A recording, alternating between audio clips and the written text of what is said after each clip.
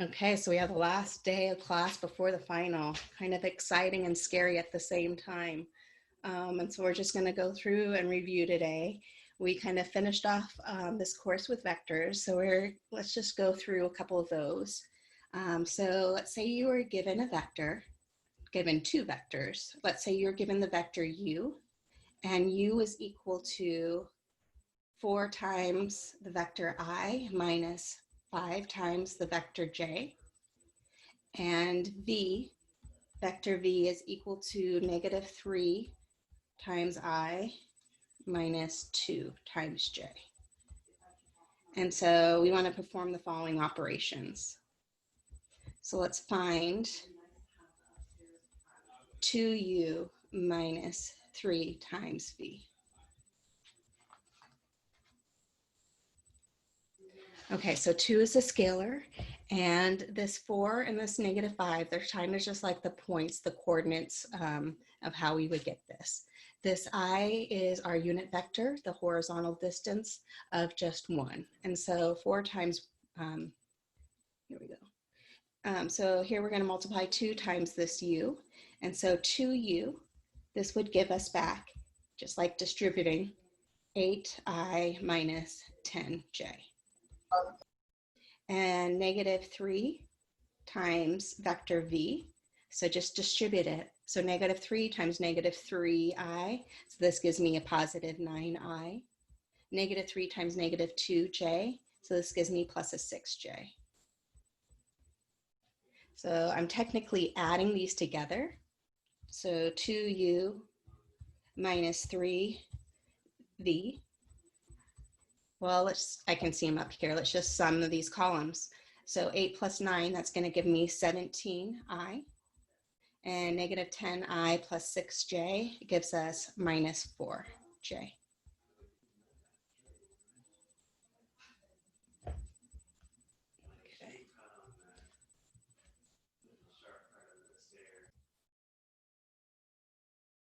Sorry, I forgot to turn on the video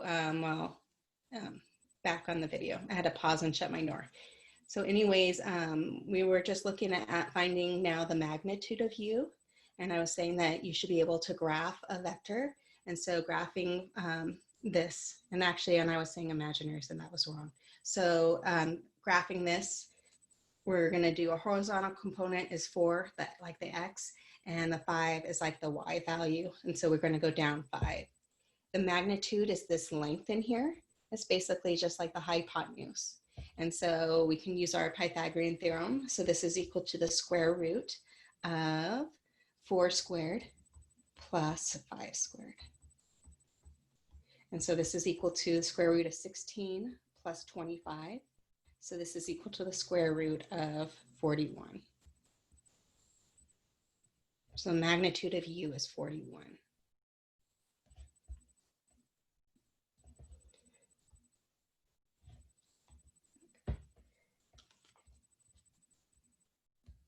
So let's say that you are given that z sub 1 is equal to 2 times cosine, oops, and there's a parentheses around here, cosine of 110 degrees plus I sine of 110 degrees.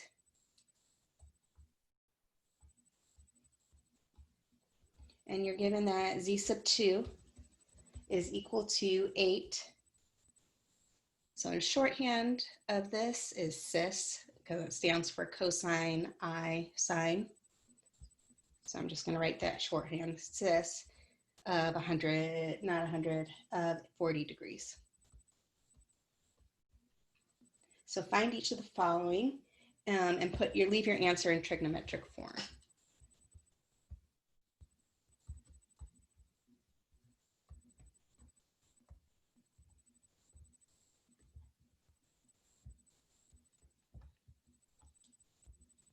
So if we want z sub 1 times z sub 2. So there's a rule that says if you're multiplying two trigonometric complex functions together, then we can just multiply our R values together. So our R value for our vector, Z sub 1 is 2. Our R value for Z sub 2 is 8. And so this is going to equal 2 times 8. And then there was a rule that says that we could look at adding if it was multiplication. So this is cis of 110 degrees plus 40 degrees. So this is equal to 16. Now I'm going to write it out. Cosine 110 plus 40 is 150 degrees plus I sine of 150 degrees.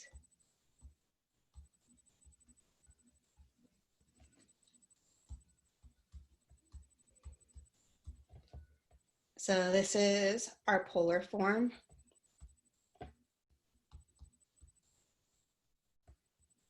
They also call this the trigonometric form.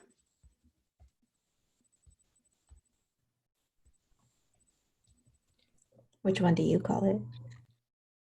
I do it both. I usually used to call it trigonometric form more because that's what the other book used to call it more, but they are interchangeable. So, I mean, it's good to know that they're both forms, because if you're looking up stuff and you see that trigonometric form, maybe then you know more of what it's talking about.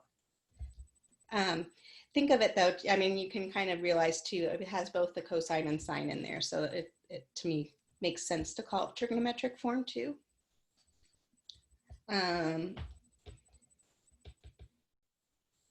Let's also put this in rectangular form. So let's put this in.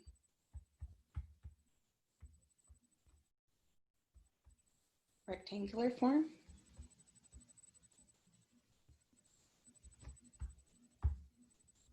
And exponential form.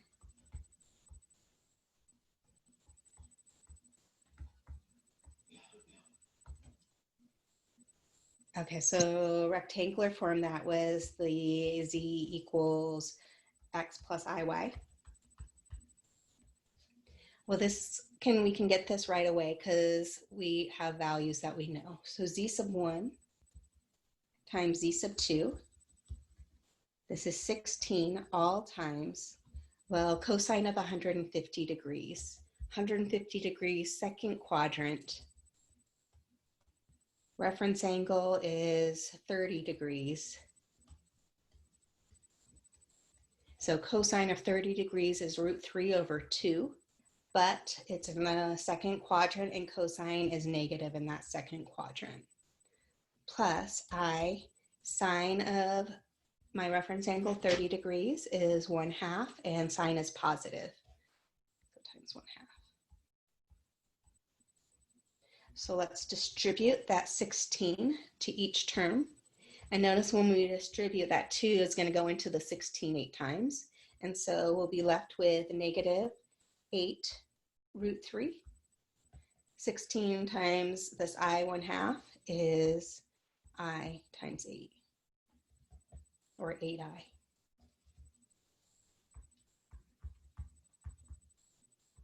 There's our rectangular form. And then the exponential form.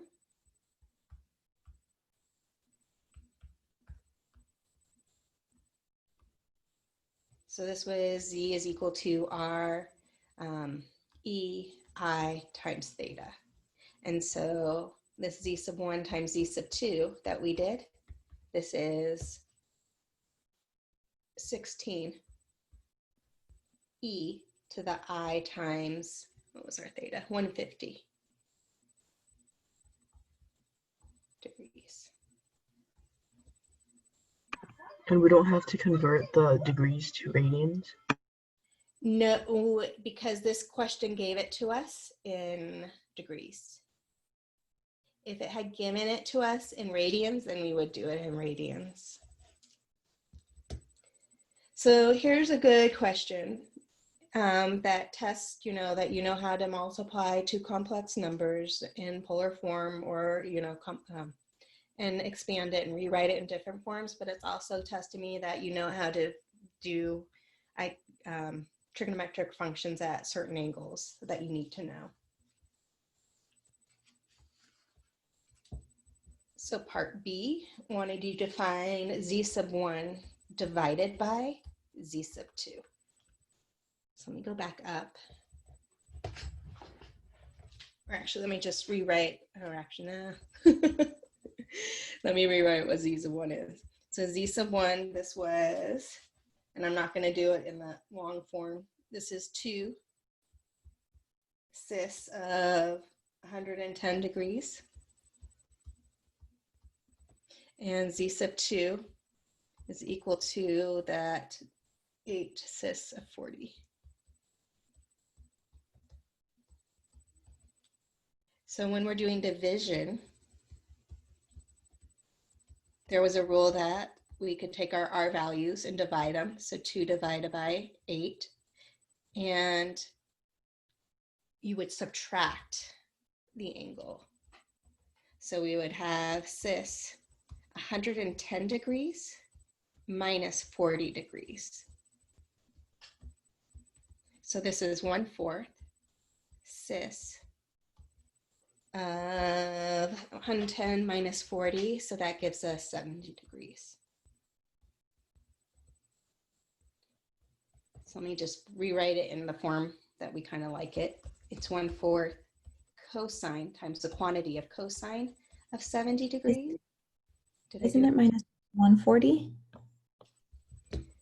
110 minus 40? I thought it was 140 in the problem. Oh, was it? Oh, are you looking At A? Oh, never mind. I wrote it down wrong. I was doing it for 140. Okay, never mind. Yeah. Did I do that up there? Did I write it wrong up here? Yeah, no 110 plus 40. Okay, so 70 degrees, sorry, plus I sine 70 degrees. So these are not, 70 degrees is not one that we can evaluate. That's at, yeah, that's not one. So we're just going to leave it like that in that form, but let's also rewrite it in exponential form. So if I wanted to rewrite this in the form of rectangular form, I would need a calculator. The exponential form, this would be 1/4 e I, in this case 70 degrees is our angle.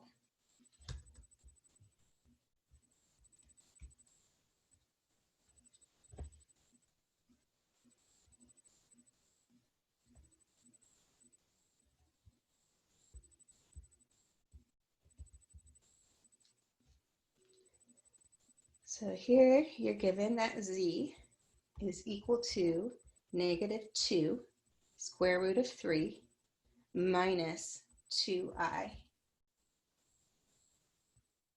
So find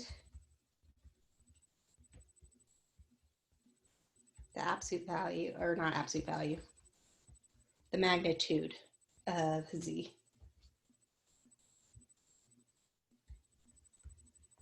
If we graph this, this is going to be in our third quadrant. We have -2 root 3, so I'm just going to, and then we're going to go down to not necessarily to scale. And so we know that we can use our Pythagorean Theorem. So this is equal to the square root of -2 root 3 quantity squared plus 2 quantities squared. So square root, -2 times -2 is 4. 4 times the square root of 3 squared, which is 3. So 4 times 3, that gives us a 12 here, plus 4. So this equals the square root of 16, which is 4.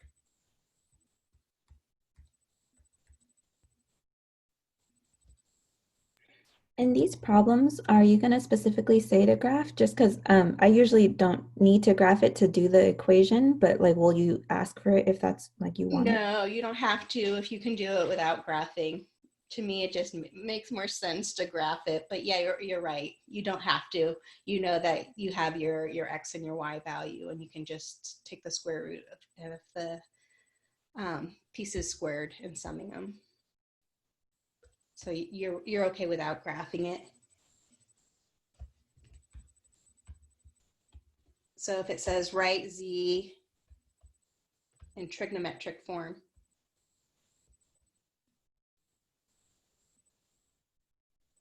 so I would probably state both of them for you guys, polar form.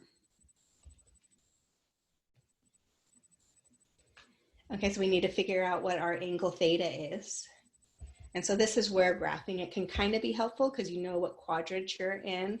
We're in quadrant 3, and so we need to be careful. So we know that the angle that we're getting is our reference angle, and we're going to have to get it down to quadrant 3. And so we can look at tangent.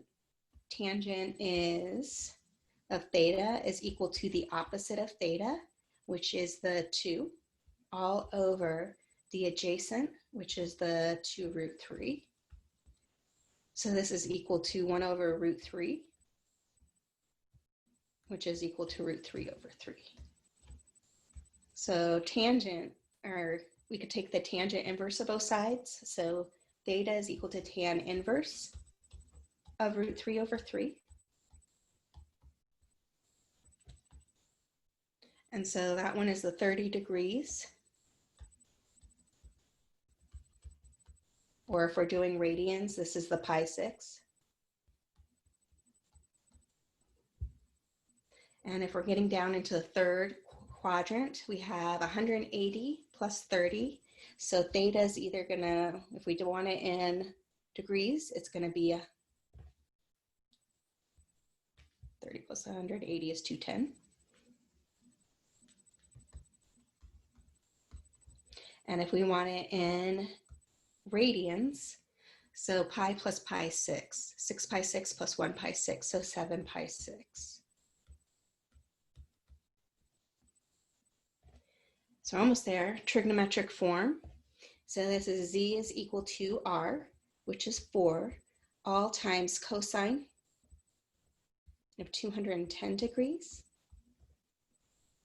plus I sine of 210 degrees.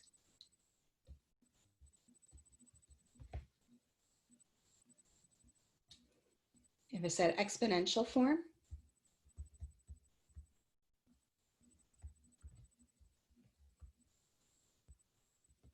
you have z is equal to 4 e to the 210, or I 210.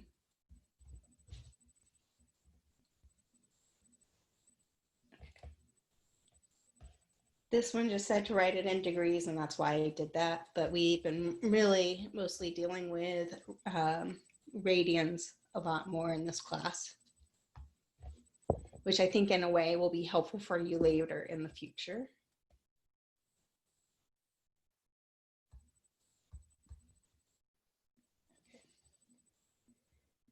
So the following says convert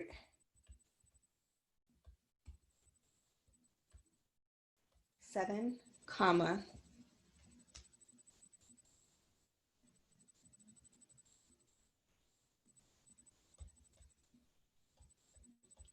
five pi 6 to rectangular coordinates.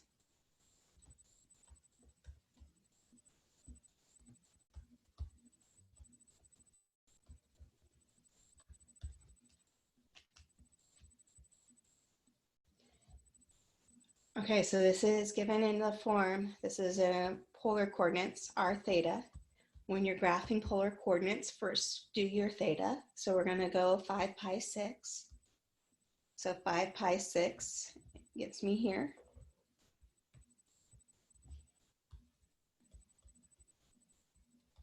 And then r tells me I'm gonna go 7. So 1, 2, 3, 4, 5, 6, the length of 7 out here.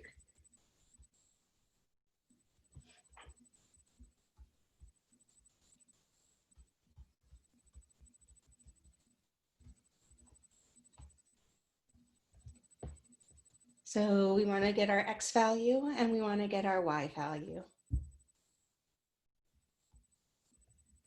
Well, think about it.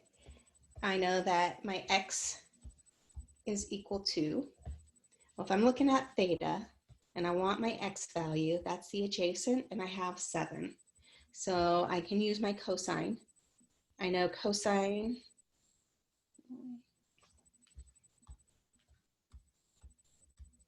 of theta is equal to x, adjacent, which is x over 7. So cosine of 5 pi 6, multiply that by 7 is going to equal our x value. So cosine of 5 pi 6, well, pi 6 is my reference angle, which is 30 degrees. Cosine of 30 degrees is root 3 over 2, but we're in quadrant 2, so this is going to be negative root 3 over 2. Let's do the same sort of idea. We can get our y value. We know our theta. We want our opposite, and we have our hypotenuse. So that tells you to use sine. So sine of theta is equal to opposite y over hypotenuse 7. Sine of 5 pi 6. We can multiply 7 on both sides to get what y is. Sine of 5 pi 6. That's pi 6 is my reference angle, 30 degrees. Sine of 30 degrees is 1/2. Sine is positive in quadrant 2, so y is going to equal 7 pi 6. I'm sorry, 7/2.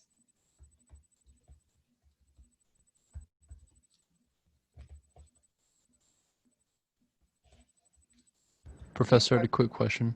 Mm-hmm. When you're trying to find the theta of like this type of equation, like it's simulated though, like 7, for example, I'm working on one 7 plus 7i. When I'm trying to find theta, it says I can find it by doing pi over 4. I don't know how it got pi over 4 when I just plot the polar coordinates. Is there a way to determine theta that way?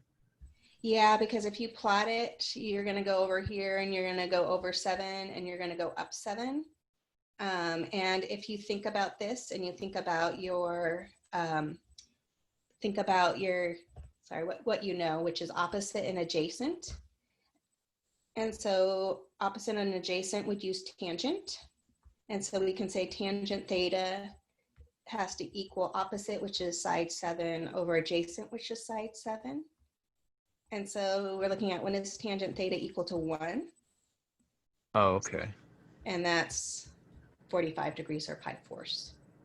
Gotcha. All right, then. That's all I just wanted to touch up on. Yeah. Sorry.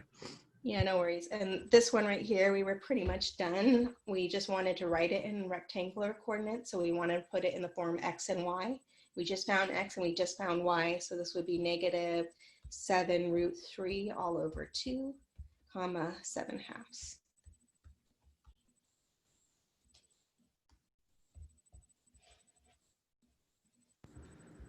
And do you have to rationalize the denominator if the numerator is 1? Yes. Okay. Because the problem I was running into with this is that it was just saying that the answer for the cosine of theta was 1 over square root of 2. So, Okay. Cosine of, say it one more time, Tim. Cosine of theta, which is x over r, was 1 over square root of 2. Right. And notice if you rationalize the denominator, it might look more familiar to you. And this is square root of 2 over 2. And so you're trying to figure out what angle is going to give you back root 2 over 2, which is pi 4, depending on which quadrant you're in. Ah, gotcha.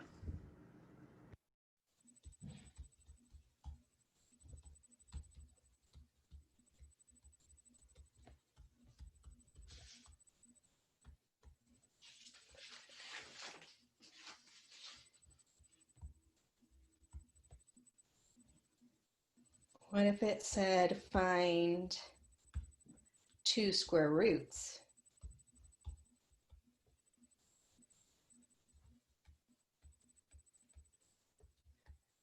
Of the imaginary number z equals 9i. And we want to write our answer in standard form a plus bi.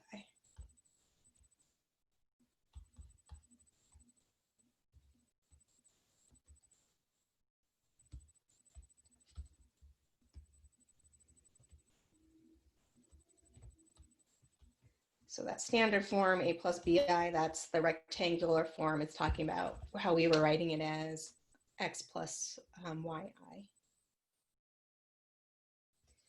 So we have z equals 9i. We want to take the square root of both sides. So think of the square root, remember, as a 1/2 power. And so it's kind of the same idea of the Demofs Theorem. And so when we do this, we can use Demofs Theorem. How do I do this? Actually, I need to graph this. I need to know what my R value is, my theta value. Let's do that first. Because right now I have it in rectangular form and I want it in polar form. And so if I graph 9i, I'm right here. So I'm on the y-axis positive. So I can tell right there that my R value, this length, R is going to be 9. Theta, well, to go from standard position up to the y-axis, theta is going to be pi halves, or 90 degrees. So this is going to equal the square root of R, so square root of 9, and then it was the cis. So cosine of our angle, pi halves, all over n, or all times 1 over n. But this is where we had to add that 2 pi k in here. So plus 2 pi k. Plus I sine. So we're raising this, and sorry, that n is the root. And so we're raising this to the 1/2 power, or square root. So it's n is 2. So we have 1/2 pi halves plus 2 pi k.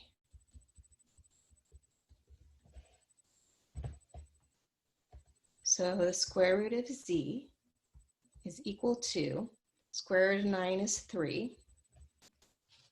And then let's kind of clean this up a little bit. So if I distribute my 1/2 in here, I'm going to have cosine of pi fourths plus, well, the 2 is going to cancel with this 2 pi k, and so we're just left with pi k. Plus I sine of pi fourths. When we distribute the 1/2, we're going to get the same thing. So pi fourths plus pi k. So this is where we're going to let k equal 0 up to 1 before the number 1 before the root that you were taking. So we're taking the square root. So we're going to look at k equals 0 and k equals 1.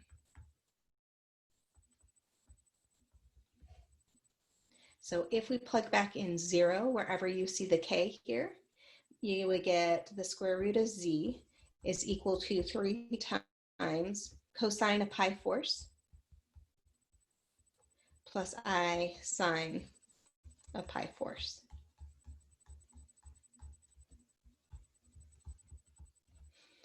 And so square root of z is equal to 3 all times, well, cosine of pi fourths is root 2 over 2, plus I, and sine of pi fourths is root 2 over 2.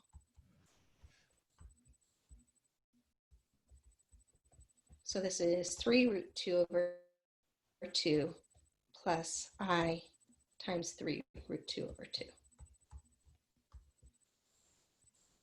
So that's only one of them. That was when k was 0. We have to look at when k equals 1. So go back in here and plug it in. So kind of a side note, because I know I'm going to have to add fractions. So if I have pi fourths plus, and I plug in 1 for k, that would give me pi. So let me just do this, get a common denominator. So this would be 5 pi fourths. So when we evaluate this, we're going to use the angle 5 pi fourths.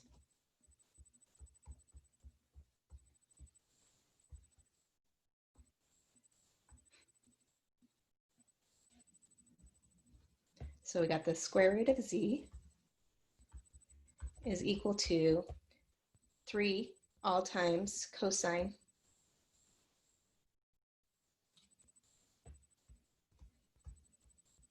of 5 pi fourths plus I sine of 5 pi fourths. So we have 3 all times cosine of 5 pi fourths. I see that that is going to be in the third quadrant with a reference angle of pi fourths. Both of these two trig functions are negative in the third quadrant, and both of them at pi fourths are root 2 over 2. So cosine of 5 pi fourths is going to be negative root 2 over 2, plus I of sine of pi fourths, which is also negative root 2 over 2. So let me just do minus I root 2 over 2. Distribute that 3, and then it's in rectangular form. We got negative 3 root 2 over 2 minus 3, or I 3 root 2 over 2.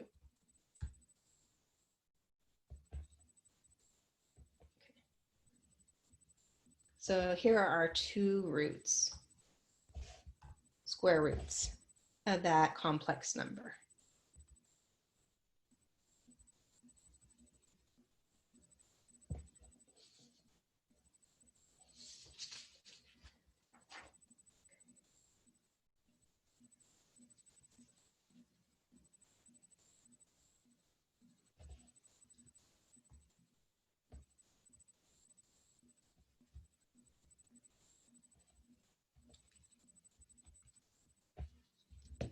Let me put on my little glove because my hand's interacting with the screen. Okay, so let's look at an application problem.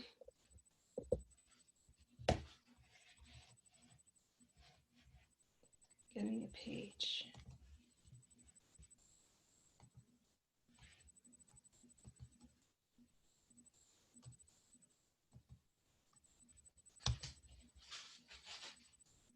Okay, so we have two ships leave a harbor entrance at the same time. The first ship traveling at a rate of 16 miles per hour, while the second is traveling at a rate of 24 miles per hour. If the angle between their courses is 115 degrees, how far apart are they after 2.5 hours? So we got two ships. Looks like they're leaving the harbor at the same time. One's going 24 miles per hour, one's going 16 miles per hour, and the angle in between them is 115 degrees.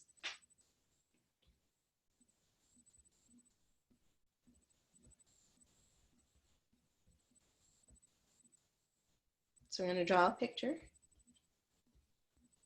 One is going 16 miles per hour, and one is going 24 miles per hour.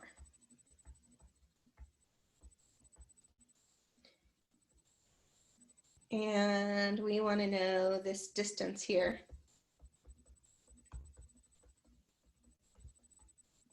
After 2.5 hours.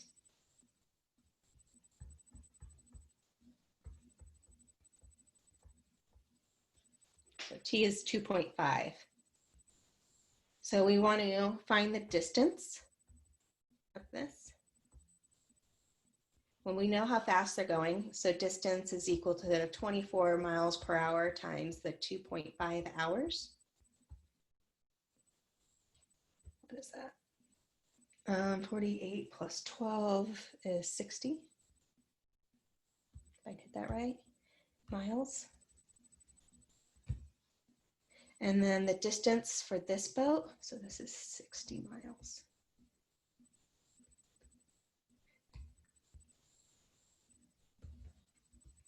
Well, that distance is 16 miles per hour, 2.5 hours. That's 40 miles.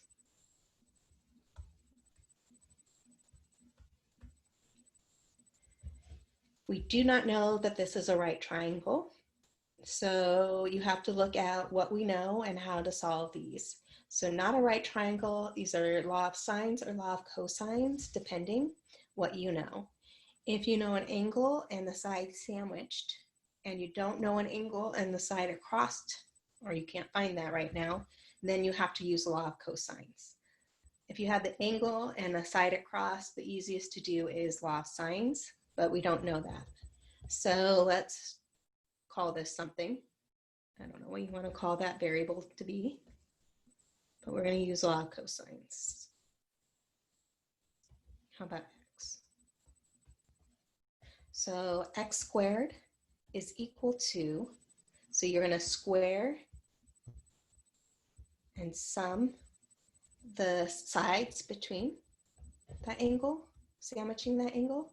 So 60 squared plus 40 squared minus 2 times 60 times 40 cosine of 115 degrees.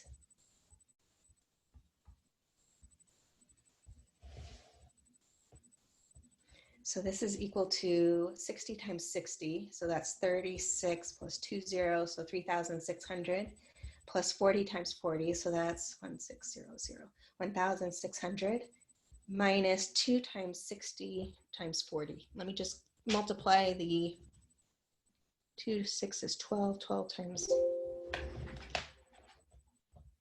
sorry, my computer's gonna go out. 2 times 6 is 12, times 4 is 48, plus the 2 zeros.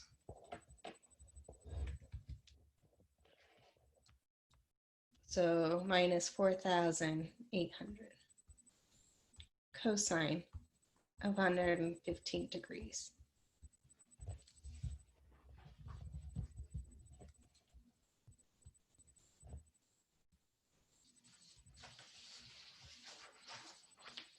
So I need a calculator.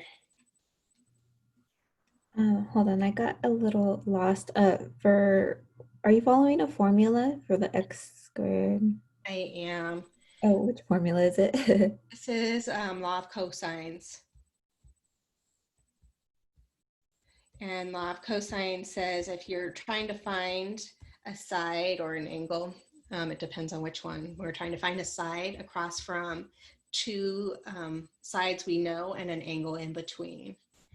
And so it says that this side here, x, that quantity squared is equal to the sum of the squares of the sides that the angle is being sandwiched, minus 2 times the side times the other side cosine of the angle in between.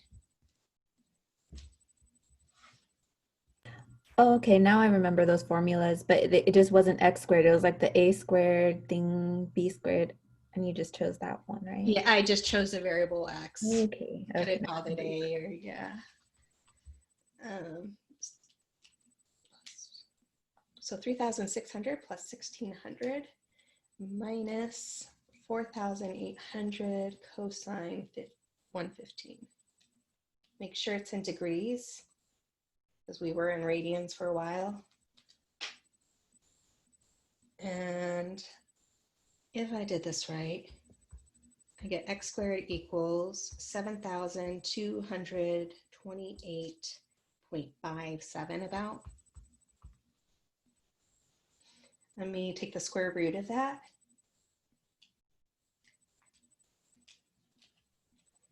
And we get about 85.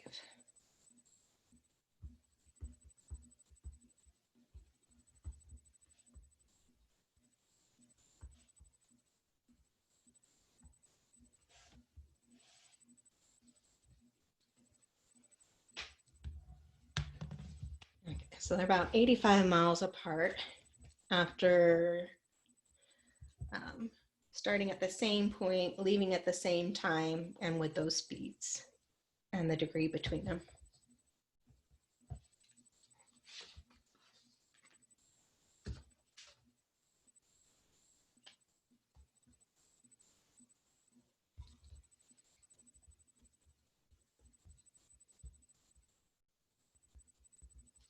So what if it says find all solutions for the triangle?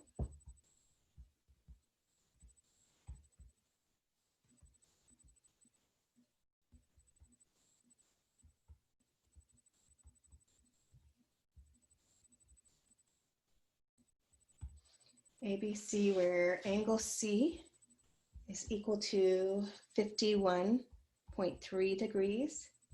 Side C, so little c, is equal to 709 meters. And side B is equal to 823 meters.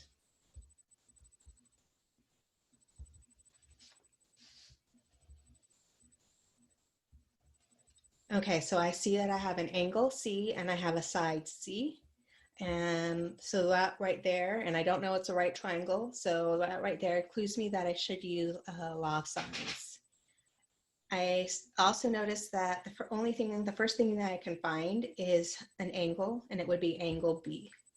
I'm trying to find an angle, so that's where I like to put the sign of the angle in the numerator. So I'm looking for sine angle B all over side B, which is 823, is equal to sine of angle C, which is 51.3 degrees, all over side C, which is 709.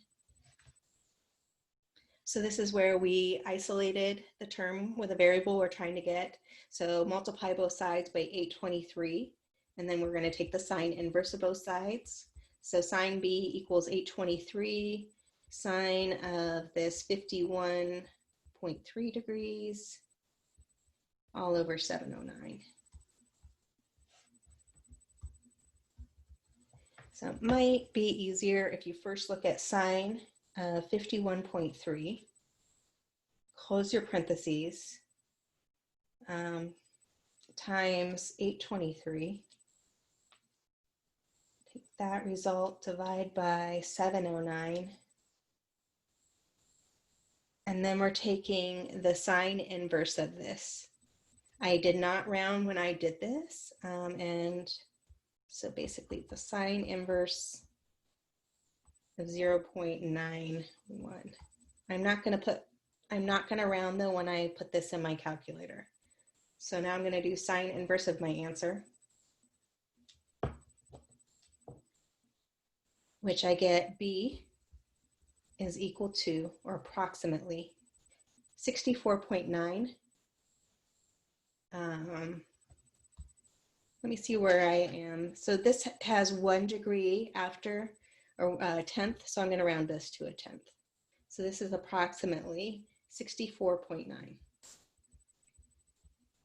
degrees. So this is a case where it's possible that two triangles exist. If no triangle exists, then right here, when I took sine inverse, this number would have been bigger than 1 or less than -1, and I would have gotten an error because that's outside of my domain. So, so this would be for triangle 1. We know that one triangle at least exists. We get that B is equal to 64.9 degrees. But there are other angles that could give us sine of some angle 0.91 degrees. We have to think about when sine is positive, quadrant 1 and quadrant 2.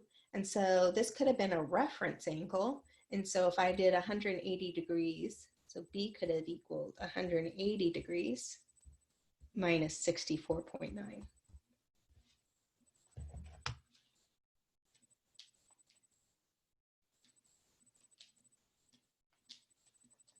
Which would give me B in my triangle 2 would equal 115.1 degrees.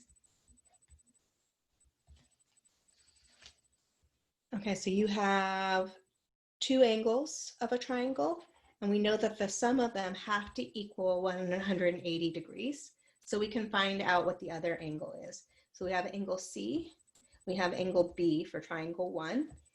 And so we know angle A then is equal to 180 degrees minus angle C, 51.3 degrees, minus 64.9 degrees.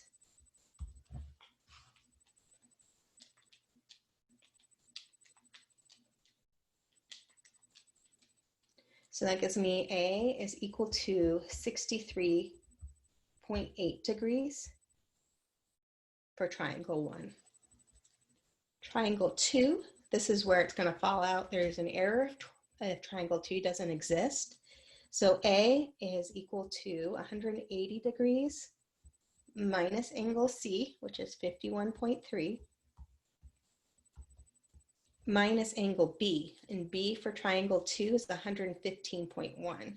So minus 115.1 degrees. So 180 minus 51.3 minus 115.1. This gives me A is equal to 13.6 degrees.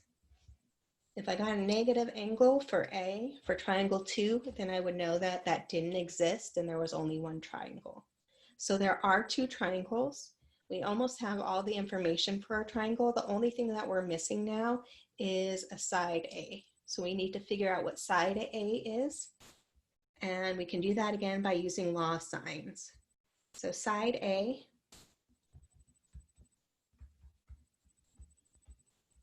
So because I'm trying to find the side, I'm going to put that in the numerator, all over sine of angle A, which we found to be the 63.8 degrees for this one, equals, this is where I'm going to use what is given to me just in case I did some errors.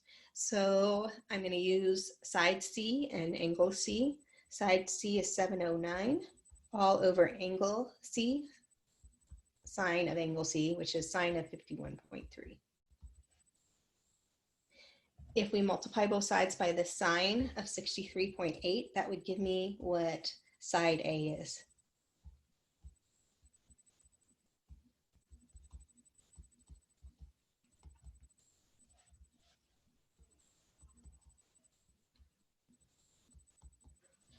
So 709 times sine of 63.8 divided by sine of 51.3.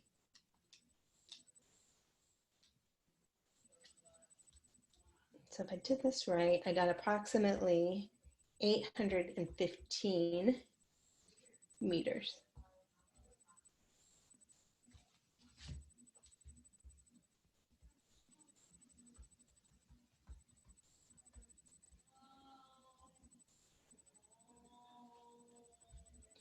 So one more time, have to do it for side A for triangle 2.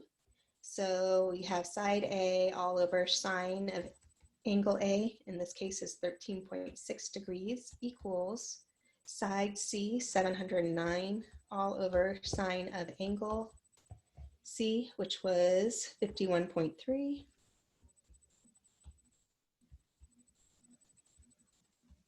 I'm just going to plug it in the calculator.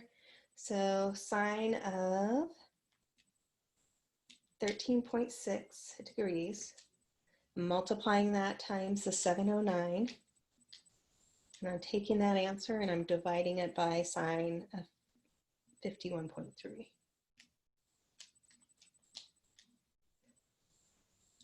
And if I did this correctly, I get approximately 214 meters.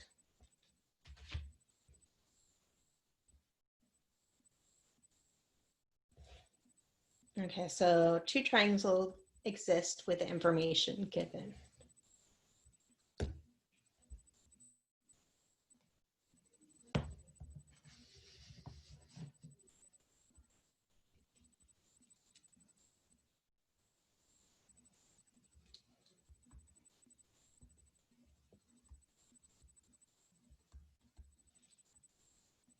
So what if you're given instead two angles, let's say A equals 33 degrees, C equals 81 degrees, and side B is equal to 17 centimeters.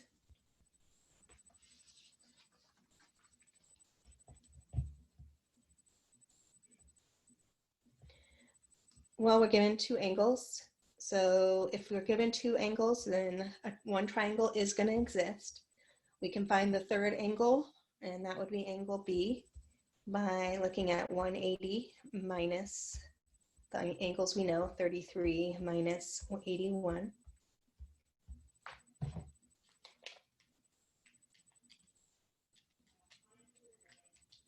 So that gives us 66 degrees.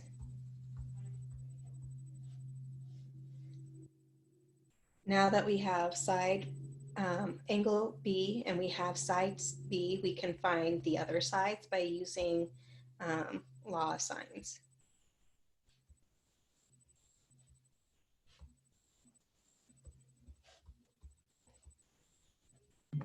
Professor, Uh-huh. so this one only has one triangle, right? Because it already gave us like all the degrees. Yeah, it only has one triangle because we were given two angles when we started. So if we're only given one angle when we're started, if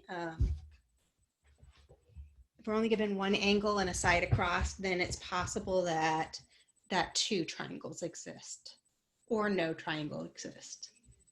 But if you're given two angles or three angles, then we know that the triangle exists, and there's one. I always assume that there's two. Well, in the one case, there's different ways to know if there's two or not by looking at it, but I'm always assuming it, and not, so I don't have to memorize something else.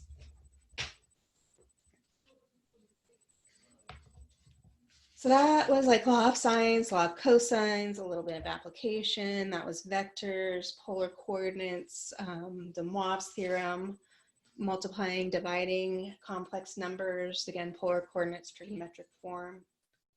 So that's kind of the material that we had done after the last test before this final. And so a lot of the material will be based off of that. And then review. You guys want to take a review of other material we've been reviewing the whole time. Do you guys want to take a break and then come back and look at some more? Or you want to keep going for now?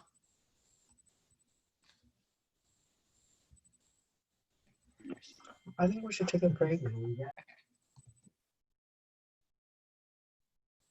Okay, so we're continuing to review for the final tomorrow, and we're going to look now at some trigonometric equations and finding values for theta. So let's say you were given that cosine of 2 theta. This was equal to -1/2, and you wanted to figure out what theta was between 0 and 2 pi.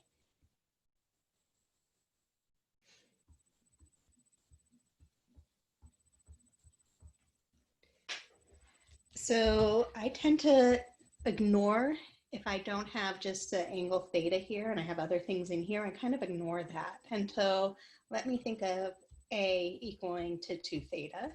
And so I think to myself, cosine of A equals -1/2.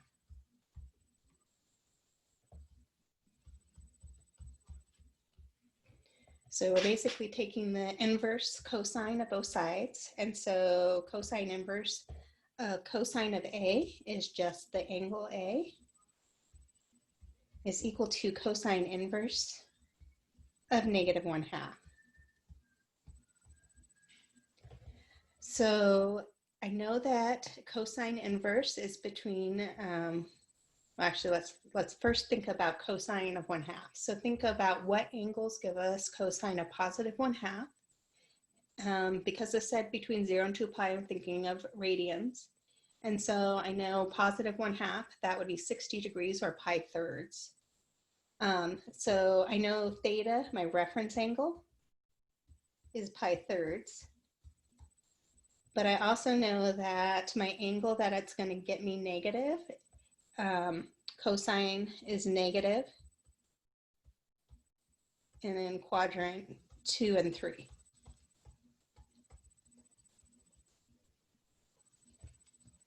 So here I know that A can be two different possibilities. A can either be, so pi thirds in quadrant 2, so pi minus pi thirds, 3 pi thirds minus 1 pi thirds, so that's a 2 pi thirds. Or A could also be getting into the third quadrant, pi plus pi thirds, so 3 pi thirds plus 1 pi thirds is 4 pi thirds. The thing is that we didn't have cosine of A to begin with. We had cosine of 2 theta. And so this is really 2 theta has to equal 2 pi thirds. And this is where, because our cycle could have expanded or decreased, we need to think of this as plus 2 pi k. And we're going to go through here and we're going to plug in values for k once we solve for theta until we get outside of our domain of 0 and 2 pi. And so we also have to look at when is 2 theta equal to 4 pi thirds plus 2 pi k. So let's isolate theta in each case, and then we'll start plugging in values for k. So if I multiply everything through by a half, I can think of it as also dividing by 2, but multiplying by a half because I have fractions in there makes more sense. So I have theta is equal to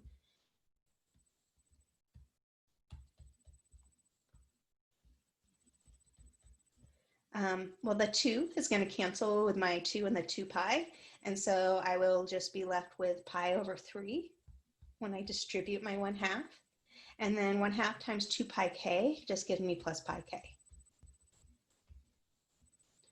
Multiply both sides by a half to get theta for the other equation. And so doing that, well, 2 goes into 4 twice. And so we have 2 pi left in my numerator, all over 3, plus, again, pi k. So we're going to let k equal 0. If we plug in 0 in here, we get our pi thirds.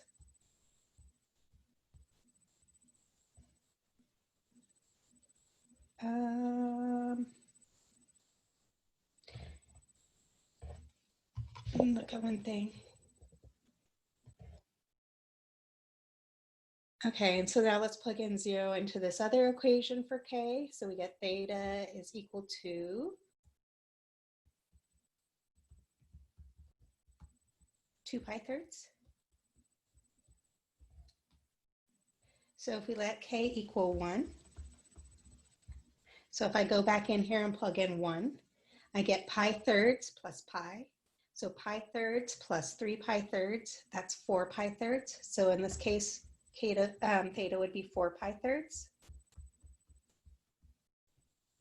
If I plug in 1 here, I would get 2 pi thirds plus pi. So 2 pi thirds plus 3 pi thirds is 5 pi thirds.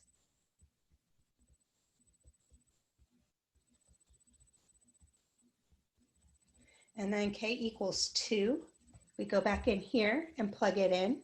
We have 2 times pi, so that's 2 pi plus pi thirds. So this is getting a common denominator, 2 pi. So that would be 6 pi thirds, 6 pi plus 1 pi is 7 pi thirds,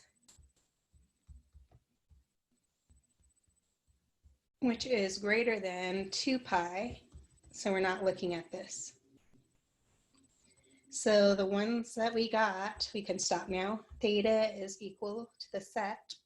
Pi thirds is one of our answers. 2 pi thirds, 4 pi thirds, and 5 pi thirds. Would give us the solution back to our original equation. Cosine of 2 theta equals negative 1/2.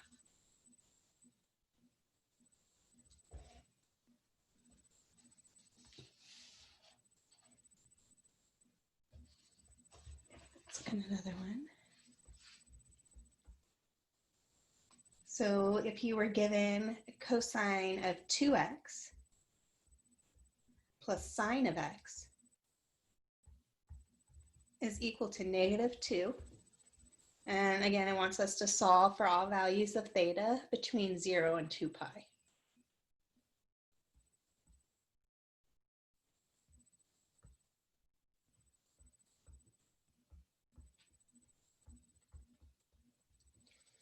Okay, so I have a trigonometric equation. I have multiple trig functions in here. And so if I can't make it so I can simplify it where I can factor it, I need to manipulate it. And so we want to go and we want to look at some of our identities. Cosine of 2x, I notice that's one of the ones, that one's the special one. Cosine of the double angle has 3 different versions of it, and it could be rewritten in just terms of sine. And we have a sine here. And so we can manipulate this equation just to be in terms of sine. And so that's what we want to do. So I have to think, because I don't have it memorized right away. Cosine of 2x, I know I can rewrite this as cosine of x plus x, my double sum of 2 angles, which I do know. That one is cosine, cosine, sine, sine. So this is cosine squared x, opposite sine, and I was summing my angles, so minus sine squared x. From this one, I can get the other two by using my Pythagorean trigonometric identity, cosine squared plus sine squared equals 1. Cosine squared x plus sine squared x equals 1. And so if I want to get cosine in terms of sine, I would subtract sine squared on both sides. And so cosine could be expressed as 1 minus sine squared x. And then bringing down our minus sine squared x.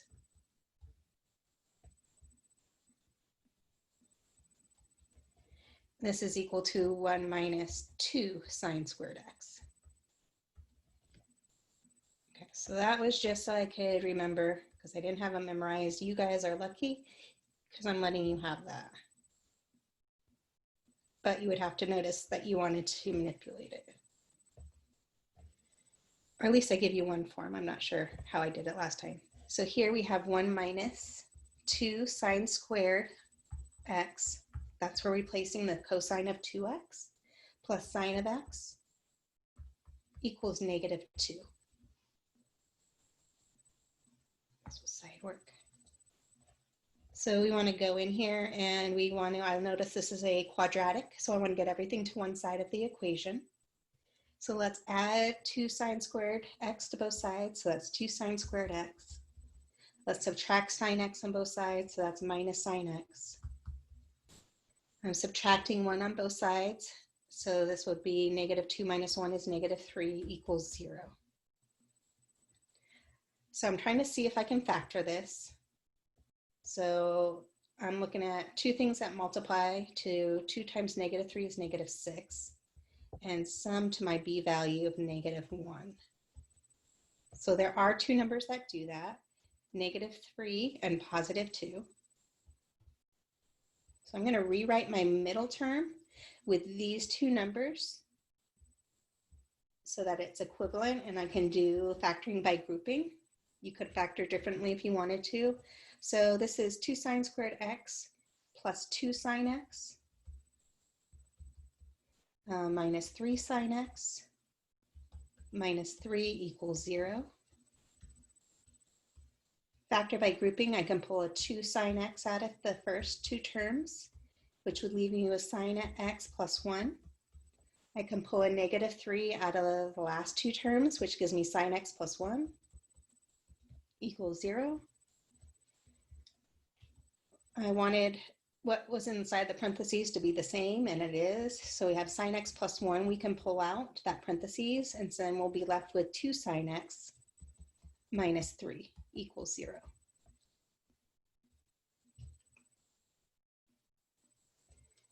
So now that we have it factored, and in the factoring it's set equal to 0. If it wasn't set equal to 0, you couldn't have done that. We have sine x plus 1 equals 0. Set one factor equal to 0 and set the other factor equal to 0. And 2 sine x minus 3 equals 0. So we're looking at when is sine of x equal to -1. So sine is equal to -1 at 3 pi halves. So x equals 3 pi halves. Solve for sine x here. Isolate sine x, we'd add 3 and divide by 2. So we get sine x equals 3 halves. Well, that sine x equals, if I put that in decimal form, 1.5. This is outside of our range, and so this is not possible.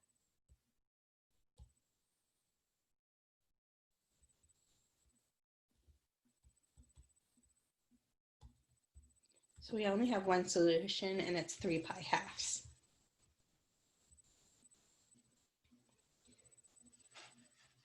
Okay, so solving trigonometric equations, we should be able to do. Professor, how do you know it's out of the range? If you graph sine of x, think of sine of x is always falling in between -1 and 1. And there's no sine value, unless that was, bigger. There's no sine value that would give you something bigger than 1. Okay, got it. Any other questions?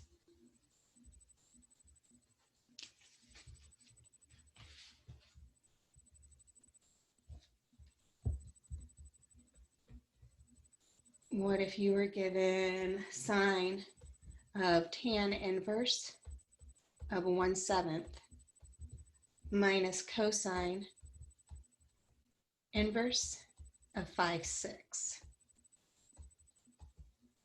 So evaluate each of the following. So we're going to evaluate this without a calculator. So would you guys be able to do that? How would you approach this one? Would we just make triangles? Right, so we can just make 2 different triangles. We can set A equal to, or whatever variable you decide to choose, but A is equal to tan inverse of 1/7. So if we take the tangent of both sides, we have tan A equals 1/7. We can make our triangle. We know that tangent is opposite. So opposite of angle A is 1. Adjacent of angle A is 7. And so we can find our hypotenuse. So our hypotenuse, so that's the square root of 7 squared plus 1 squared. 49 plus 1, so that's the square root of 50, which, if I want to break that down, is 5√2. We also want to find a triangle, or make a triangle for a cosine inverse of -5/6. So maybe let B equal cosine inverse of 5/6. So we know cosine of B equals 5/6. Make your triangle. So opposite, or cosine is adjacent, so this would be 5. Hypotenuse is 6. We're trying to find the opposite side. It's not the hypotenuse, so we're going to take the hypotenuse squared, which is 36, minus, not addition, minus this side squared, 25. So that looks like 36 minus 25, that is 11, so square root of 11. So let's rewrite sine of that tan inverse of 1/7 minus cosine inverse of 5/6 with our substitution. And so we have sine of angle A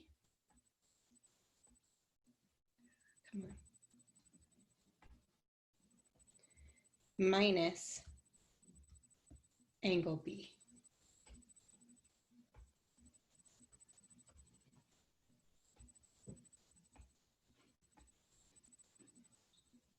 So break it down. It's a sum of 2 angles, or actually it's the difference of 2 angles for sine. So sine, difference of angles is sine cosine. Sine of A, cosine of B, same sign, minus sine of the other, B, cosine of the first A. So we need to figure out what sine of A is and cosine of A. So we got to go back here to our first triangle and let's figure out those. So sine of A, looking at our triangle, that's opposite of A, which is 1, all over hypotenuse, which is 5 root 2. We need to rationalize the denominator, so let's multiply it by root 2 over root 2. So this is root 2 all over, that's root 2 times root 2 is 2 times that 5 is 10. So sine of A right here is the root 2 over 10.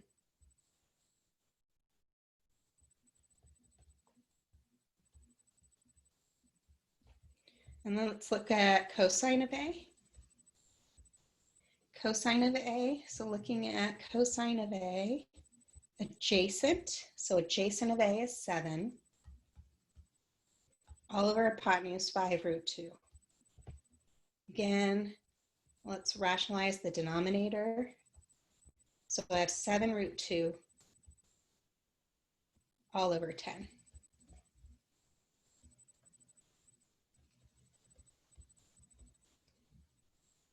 And so now let's look at triangle with the angle B that we made so that we can figure out what cosine of B is and sine of B. Okay, so cosine of B actually was given, or that's how we defined it. So that's 5, 6 minus sine of B. So sine of B, looking at my triangle, it's opposite, which is root 11, all over hypotenuse. Oops. Okay, let me simplify that. Sine B equals opposite root 11 over, 6. 6. I'm sorry, hypotenuse. I was thinking about our other triangle.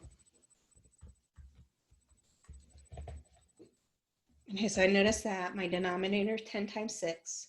For the first grouping, 10 times 6. For the second grouping, we're going to have a common denominator of 60. So I just might as well put it there. And then my numerator, I have 5 times root 2. So that's 5 root 2 minus 5 times 7. So that's 35 root 2.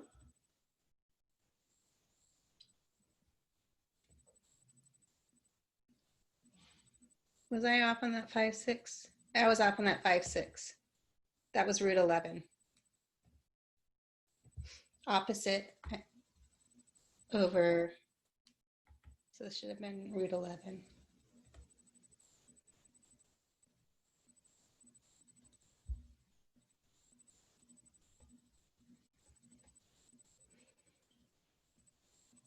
So that changes that. So that should be 7, and then square root of 11 times square root of 2 is square root of 22. So 7 square root 22. Okay, so do not simplify with adding our radicals. We can't do that. They're not the same. We can't simplify with this 5 and the 60 because we have addition or subtraction up here. And so we're done. We just found our answer.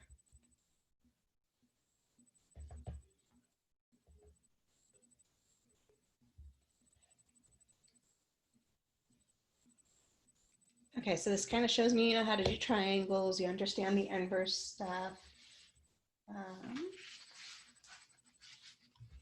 About identities.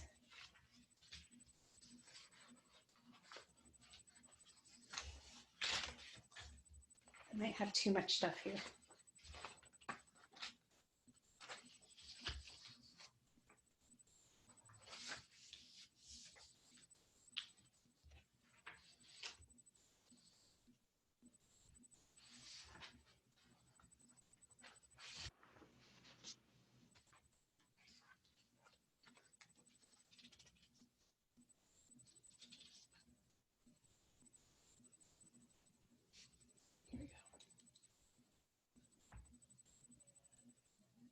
Okay, so looking at identities.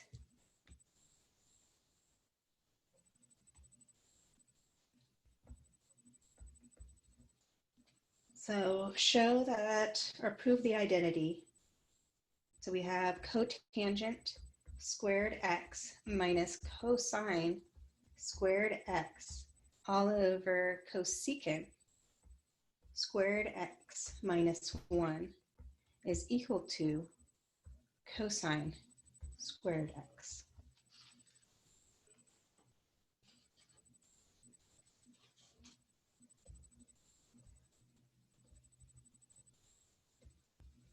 So we're only working on one side of our equation.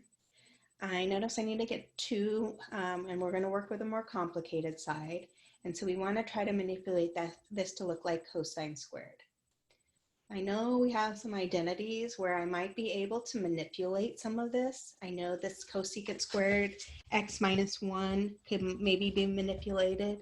I know it's based off of the Pythagorean identity, and I don't have it memorized. I have to derive it really quick, so I'm going to go to the side and do that. Cosine squared x plus sine squared x equals 1. Oops, come on, stop doing that. Okay, so when things go wrong in my life like this, okay, sorry, stopped. I will say, stop it, television. Stop it, television. So back in the olden days, when you had dials to turn your channel, or your television, you had antennas to get reception, your like television would like kind of loop and you'd have to bang on it and then it would stop it. So it was something I used to say as a kid. Anyways, that kind of gives you some idea how old I might be. Cosine squared plus sine squared x equals 1. We can get the other identities. I want a cosecant squared, so I know that's 1 over sine squared would get me cosecant squared. So I'm going to go through and divide everything through by sine squared real quick. Cosine over sine, that is cotangent squared x. Sine over, what did I just say I was going to do? Yeah, dividing everything by sine. So this is plus 1 equals 1 over sine, which is cosecant squared x. Notice if I minus 1 on both sides, that would give me what my denominator is. So I notice I can rewrite my denominator as cotangent squared is equal to as cotangent squared, because that's cosecant squared minus 1. So with these identities, sometimes you start one direction and it might not work. There might be multiple ways to do this. And this is how I saw it. So I'm going to rewrite it. Cotangent squared x minus cosine x squared x all over cotangent squared x. So notice that we could rewrite this as two separate fractions. So I have cotangent squared x all over cotangent squared x minus cosine squared x all over cotangent squared x. Well, that gives me 1. So I'm thinking maybe I can manipulate this. Let's rewrite cotangent just in terms of cosine and sine.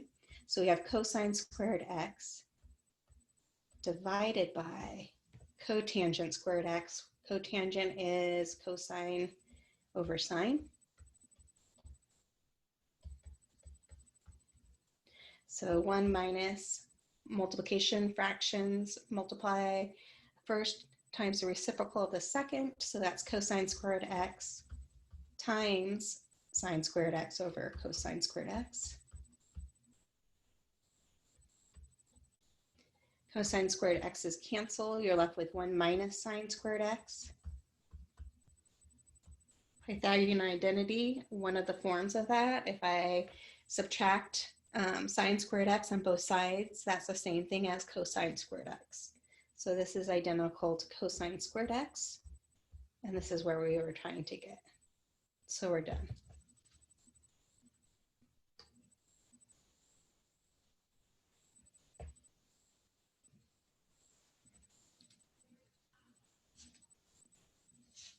Okay, so we can go over some more identities if you want, or we can maybe get into some graphing. We can talk asked about graphing it.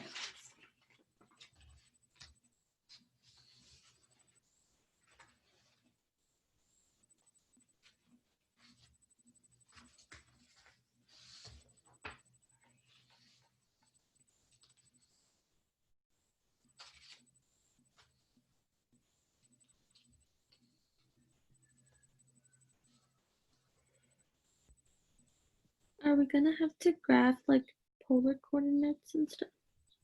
So if you had to graph polar coordinates, it would be something in the form of, let's graph -3 pi 6. So part A might say graph the polar coordinate,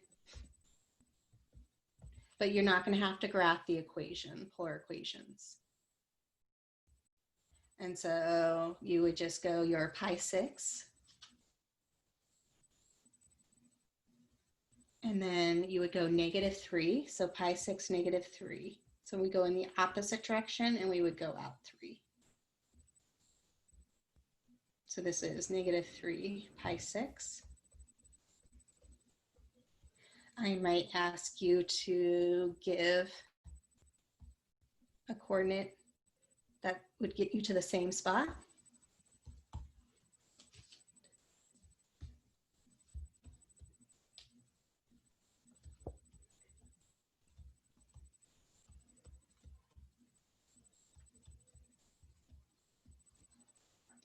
So there's an infinite number of them. I might give you some bounds on how to find it. I might say your angle has to be between 0 and pi 6, or -2 pi and 0. I might say your R value has to be positive, but if I don't say anything, like I said, there's an infinite number of ways we can get there. One way is just going positive or going counterclockwise. So this is pi plus pi 6. So that's 7 pi 6.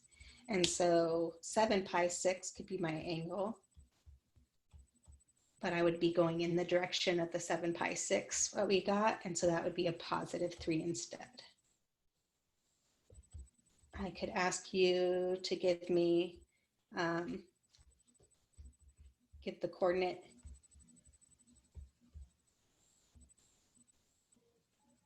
in rectangular form.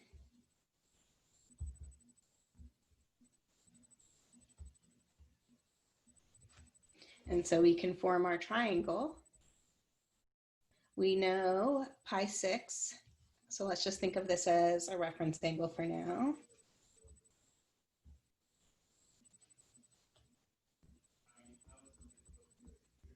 We know, what else do we know? We know that this is right here, our hypotenuse, right here is, sorry, I don't like my triangle, doesn't matter, is 3. So we can find the other sides. So tangent. No, actually, which one would give us? This is where x equals r cosine theta and y equals r sine theta. But basically, you're doing it off of knowing our relationships and sides. So x equals r, which is, I'm going to do 3 for now. And cosine of theta, so cosine of pi 6. So this is 3 times √3/2. So x is equal to 3 √3/2. But we're in quadrant 3. So we need our x value to be negative. And then Professor, the I had y a question. Mm-hmm. Sorry for interrupting.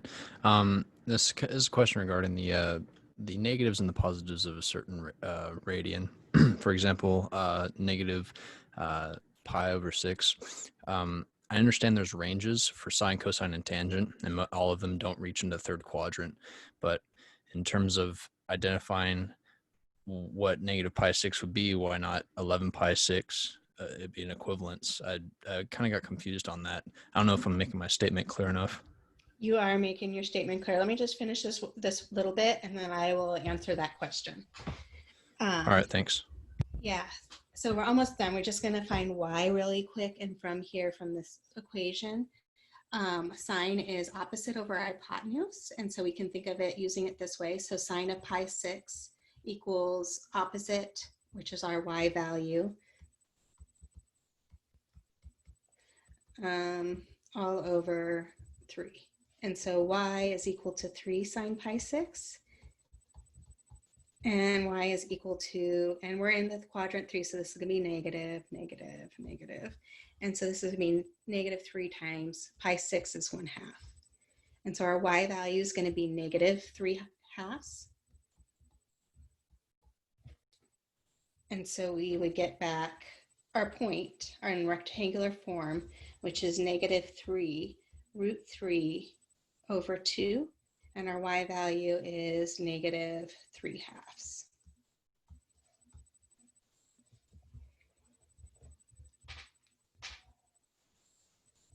Okay, so let's go back to Tim's question. And so it's kind of confusing because when you're working with sine, or if we're working with trigonometric inverses, and so we're starting with something that has a trigonometric inverse, that's where we have to be careful about the domain and range. We have to limit our domain of our original function so that it's a one-to-one function.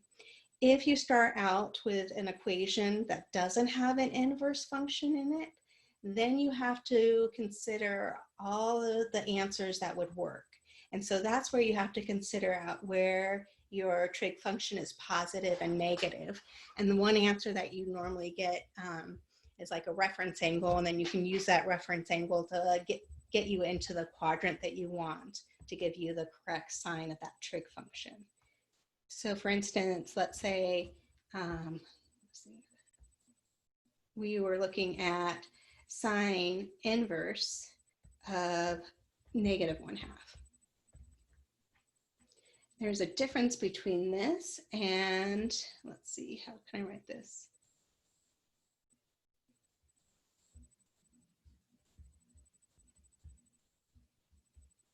Sine theta equals negative 1/2.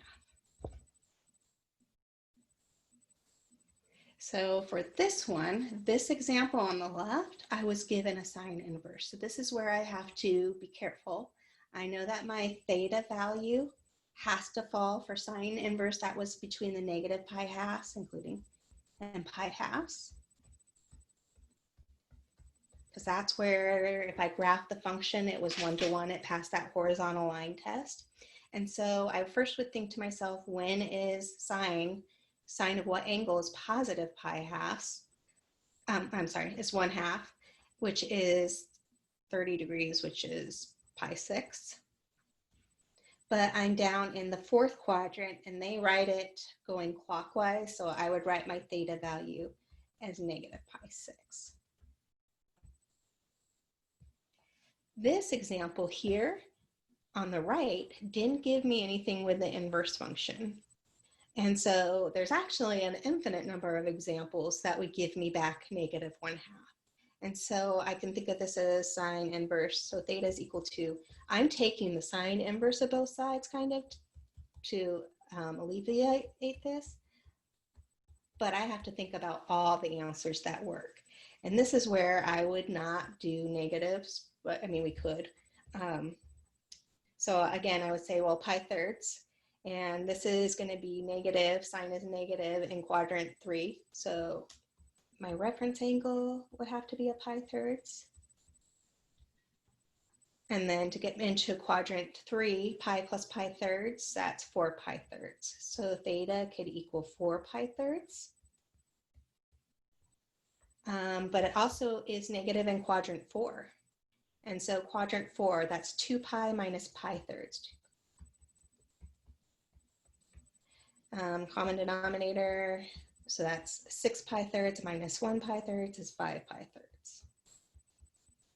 If they had not told me to limit between 0 and 2 pi, because those would be the only answers between 0 and 2 pi, I could rewrite it. So this would be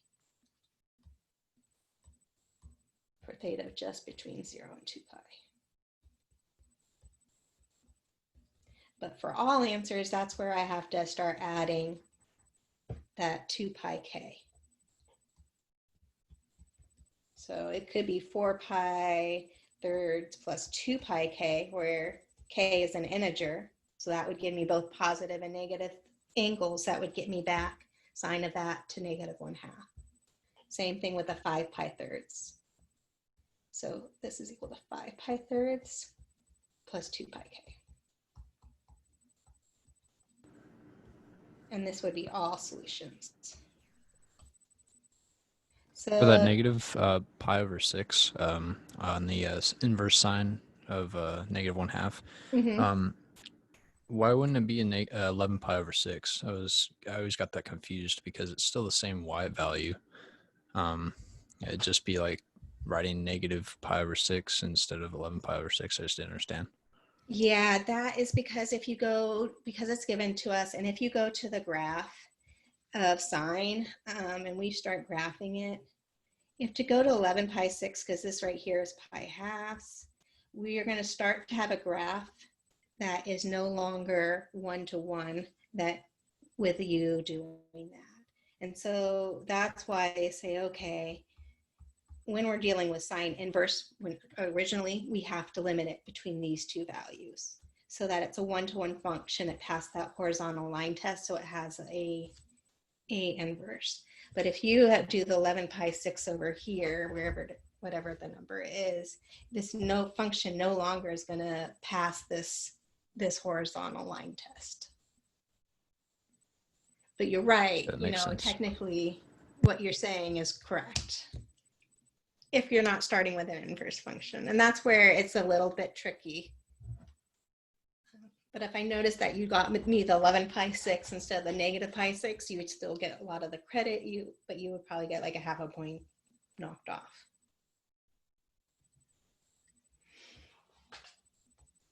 And that's where it kind of got tricky too, when you had like the tan inverse of a tan 5 pi force. If I started with this, I can't just say this is 5 pi force. I'd have to go through, I'd have to figure out, because 5 pi force is not in that domain of tan inverse or range. And so I'd have to first figure out what this tangent of 5 pi force is. That's in my third quadrant. Pi force is 45 degrees. So I know that this is 1. I know in my third quadrant, tangent is positive. So this would be tan inverse of 1. But when I'm looking at tan inverse, this is between negative pi halves and pi halves, not including, because those are undefined. And this would be in the first quadrant then. And so the answer would have to be pi force.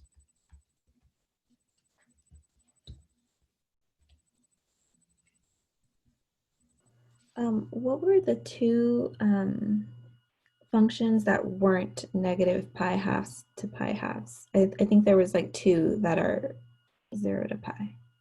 Cosine and the reciprocal cosine. Okay. Yeah, cosine goes to like 0 to 2 pi, and everything else goes from negative pi halves to pi halves, right?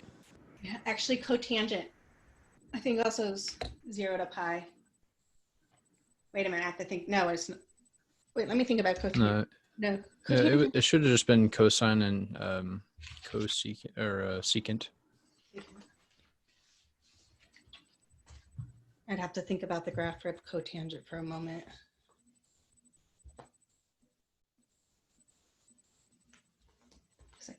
Okay.